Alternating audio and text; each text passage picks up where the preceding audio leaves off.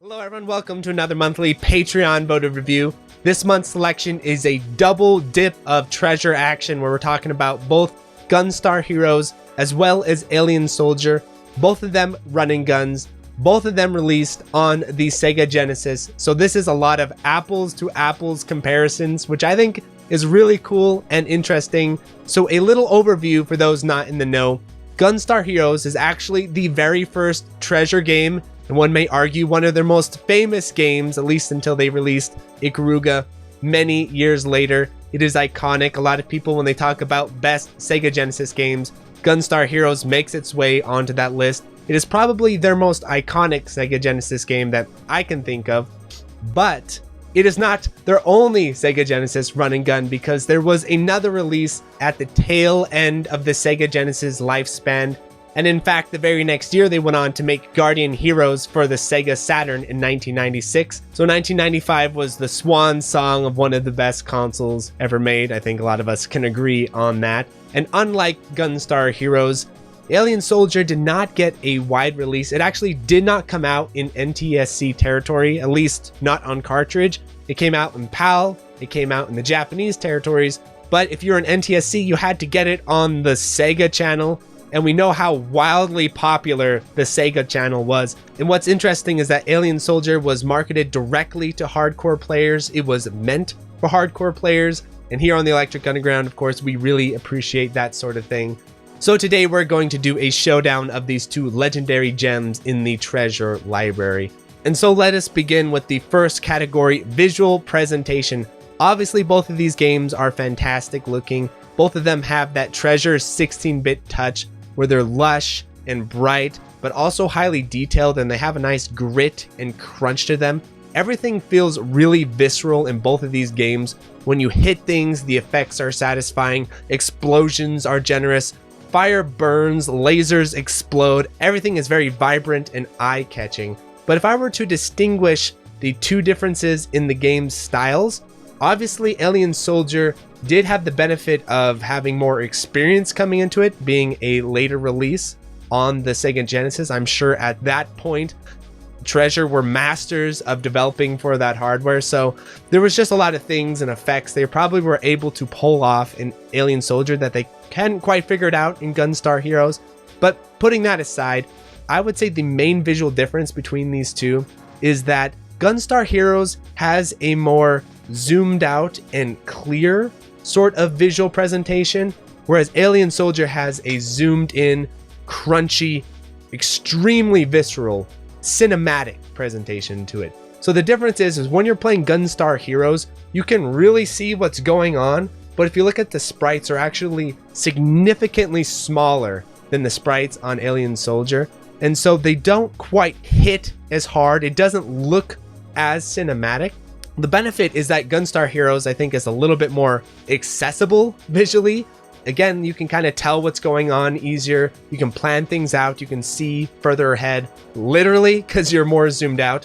Whereas Alien Soldier, they must have played some Street Fighter. They must have been playing a bunch of fighting games, because they have the camera right on top of your character, right on top of the enemies. You can barely see ahead of you.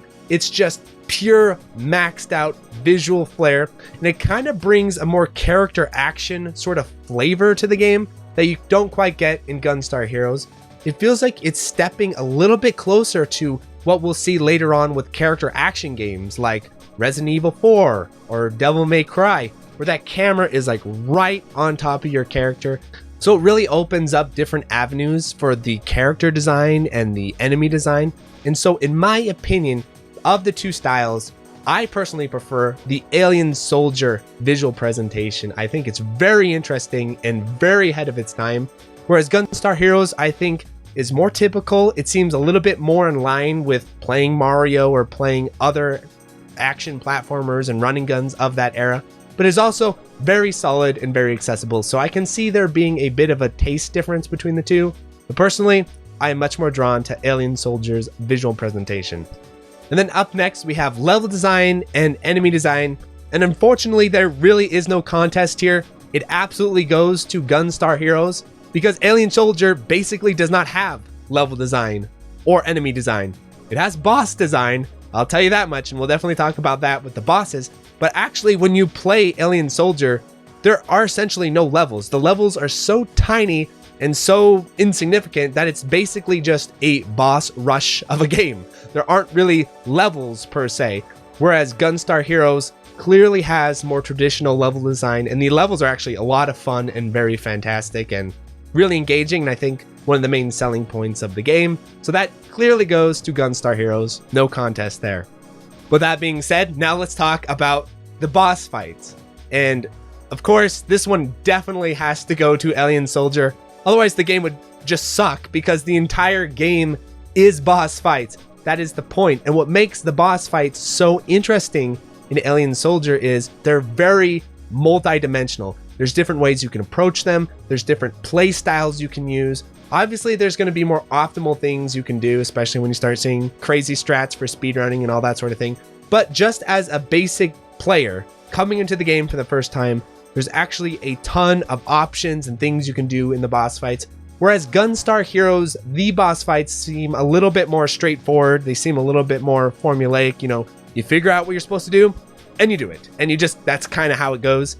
Where the boss fights in Alien Soldier really do feel like a character on character battle for the death. And you can learn the different way the bosses move, their phases, their hitboxes. You can come up with all these different types of strategies, especially when you start mixing in your weapon system and all the move sets and everything. So in this case, I think easy goes to Alien Soldier. And then up next, we have the character weapon system. And this one is very interesting because I don't think there is a clear winner this time around. Not because I think both of them are excellent, but because I think both of them are deeply flawed. And so it's just, what type of flaw do you prefer over the other? And so with Gunstar Heroes, the flaw with the weapon system is that it is very unbalanced, at least in my perspective. The homing laser weapon is just hella good. There's weapons that are just way better than other weapons. You don't really have as much freedom to choose unless you're really going out of your way to do so. But with my 1cc run, for example, I just found out, use the homing laser, and I just used the homing laser the entire time. There really wasn't an incentive other than a few situational moments to switch to the other weapon types. I just do not think the weapons are that balanced, and I don't think the game does a good job incentivizing you to switch weapons all that often. And then on the other hand, we have Alien Soldier. And I think what happened here is they looked at the flaws of Gunstar Hero and they thought, no, we're not going to repeat that mistake. No. But instead they went overboard the other direction where they decided, okay, we're going to give you this weapon wheel. We're going to give you 4 weapons, but now you have like limited ammo of the weapons. And then they have these long recharge timers. And so a lot of the time it feels like when you're playing Alien Soldier, I think the idea is to motivate you to swap your weapons, and you do have to swap your weapons, but it feels like the weapon system is trying to nerf you rather than trying to augment the levels. You know, it feels like the game's like, no. We know you like the homing laser, and that's just too good, so let's make you use this other weapon. Even if that other weapon makes no sense for the situation, you have to use it because your energy on the homing laser is running out. So they didn't really rebalance the weapons so much. They just put in this artificial limiter on them. And of course, more expert players are going to disagree and say, oh, well, if you really understand the weapon system, then you can do this, and you can do that. And I'm sure that's true. But as far as the overall design, most players coming into it, I think the weapon system in Alien Soldier is really awkward and funky. And while it is cool that it has the ability to pull up this weapon wheel and you can swap through the weapon wheel, that thing is also a hindrance because it takes too long. I actually would have preferred if they had like a Super Metroid, just hit select, because even though that's less intuitive per se, the way it is implemented in Alien Soldier is just too goddamn slow. And the fact that you can't move while you swap your weapons, that is absolute garbage. So even though you would look at a weapon system like Super Metroid and say, oh, on paper that's worse because you're just hitting select 4 times or 3 times and you have to sort of memorize that.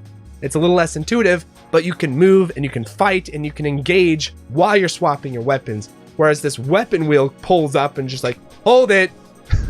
But also, you know, pausing the game would have been awkward.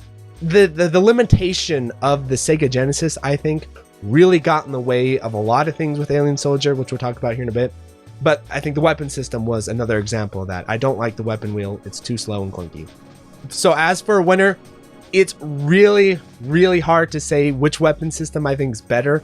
In the end, I would probably still actually prefer Gunstar Heroes' sort of jank, unbalanced weapon system rather than Alien Soldiers, because if I want to just play the entire game and just spam the same weapon the entire time, I mean, that's lame, but that is my choice as the player. Whereas with Alien Soldier, it feels like the game is just making you walk backwards and juggle and rub your tummy at the same time, just for the sake of it. And so following up with that, we have the next category, character controls and moveset. So basically, what can your character do? How do you control the character? How does that feel? Is it good? Is it bad? This one again is pretty interesting like the last one, but I think there's a bit of a clearer winner this time around.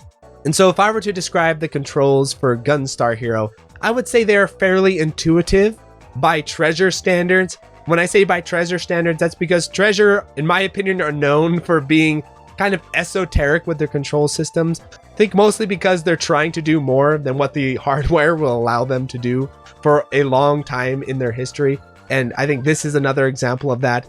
The Sega Genesis, the one thing I don't think it gets criticized enough for is its controller. Now, I know everyone talks about the D-pad and all that, but I'm not talking about the D-pad. I'm talking about the fact that it has 3 buttons and no select. It has 3 face buttons and no select. And I know, we all know, there's a 6-button controller, but for developers, they all also know that most people don't have the 6-button controller. And so unless you're making something like Street Fighter where you absolutely need 6 buttons, most developers, when they're creating a game for the Genesis, are going to try to make it work with the 3-button controller. And this is definitely clear in Gunstar Heroes, and this is definitely clear in Alien Soldier, where Treasure is trying to do way more than that 3-button controller allows them to do.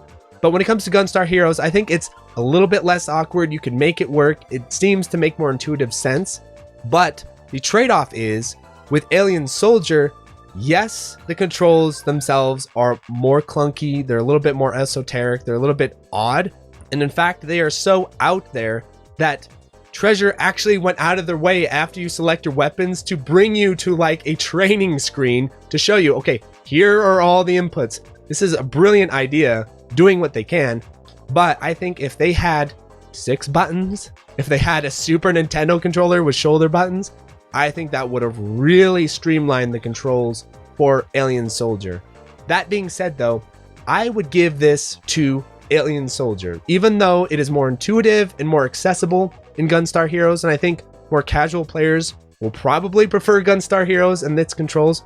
It still is awesome when you're looking at that screen and you're seeing all this shit character can do in Alien Soldier. It is absolutely crazy the amount of actions and depth this Sega Genesis game has.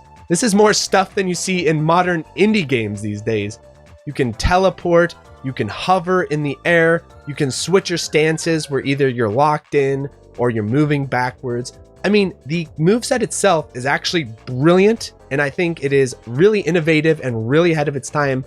The problem though with Alien Soldier's moveset is that it is stuck on those 3 buttons, so the inputs themselves are actually kind of clunky and awkward. Like if you want to swap from a locked to a free moving shot, you have to do a down input to swap that, and you have to switch between states. If they had more buttons on the controller, they could have merged these 2 states together and just had a lock button. So you're running around free shooting, and then when you want to lock, you hold L, bam, you're locked. I mean, that would have been much more intuitive, but the Sega Genesis controller doesn't have shoulder buttons, it doesn't have 6 buttons, but once you get it down, it feels really awesome. And so I'm going to give the controls and moveset to Alien Soldier, but with the caveat that it is less intuitive. And then the next category is gameplay density, and newer fans of the channel might be confused about this term because it's a term I've made up. The gameplay density is basically how jammed together is the value of the gameplay. So for example, open world games where you're just wandering around a lot of the time, you're not actually engaging with the core systems of the game most of the time, that wouldn't be very dense. Whereas a shmup, tightly packed together, every second, every moment matters, that would be an extremely dense gameplay experience. So of the two, I am going to give the gameplay density to Alien Soldier, because both games have sort of shmup side sections, but the difference is that the shmup section in Gunstar Heroes blows. It sucks. It's really bad. It's actually really funny how bad it is, considering that later on Treasure become legends of the genre. But when they made Gunstar Heroes, they were not doing a good job with those shmup sections. They are absolutely stupid and awful. And whenever that section comes up in the game in Gunstar Heroes, I'm like, God, no, not the shmup section, no. Also, the puzzle section of the game, that adds a lot of dead air, wait time. Overall, Gunstar Heroes is a very good, very solid game, but it has a good amount of Treasure moments, in my opinion, where Treasure want to do all these different things, and sometimes it works out, sometimes it doesn't. Some of the boss fights can kind of plod on as well. Whereas Alien Soldier is much more tight and compact, and you're just moving section to section to section to section. I think that's really cool. I do think it is a shame that essentially the levels themselves are pretty much meaningless. You are basically just rolling from boss fight to boss fight. And so I almost would prefer if Treasure sort of dropped the pretense and just rolled through all the bosses. Like, okay, forget these little 5-second, 10-second mini stages where you basically avoid mines or try to power up or whatever. Just roll from boss to boss. Just let it rock. Roll in from section to section. So I'm going to give it to Alien Soldier on this one. And so finally, we come to the last section, Legacy. Which game ends up being more important and more influential? This one, I am afraid, is a very easy contest because Gunstar Heroes to this day is much more popular, it's much more well known, and it's much more iconic.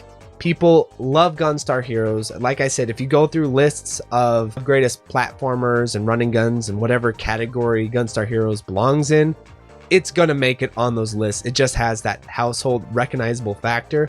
So as far as overall legacy, I think it's pretty hard to argue that Gunstar Heroes has had a bigger impact.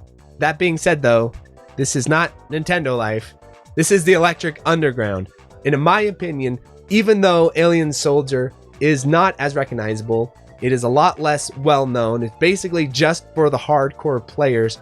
I think what that game was doing at that time is absolutely incredible.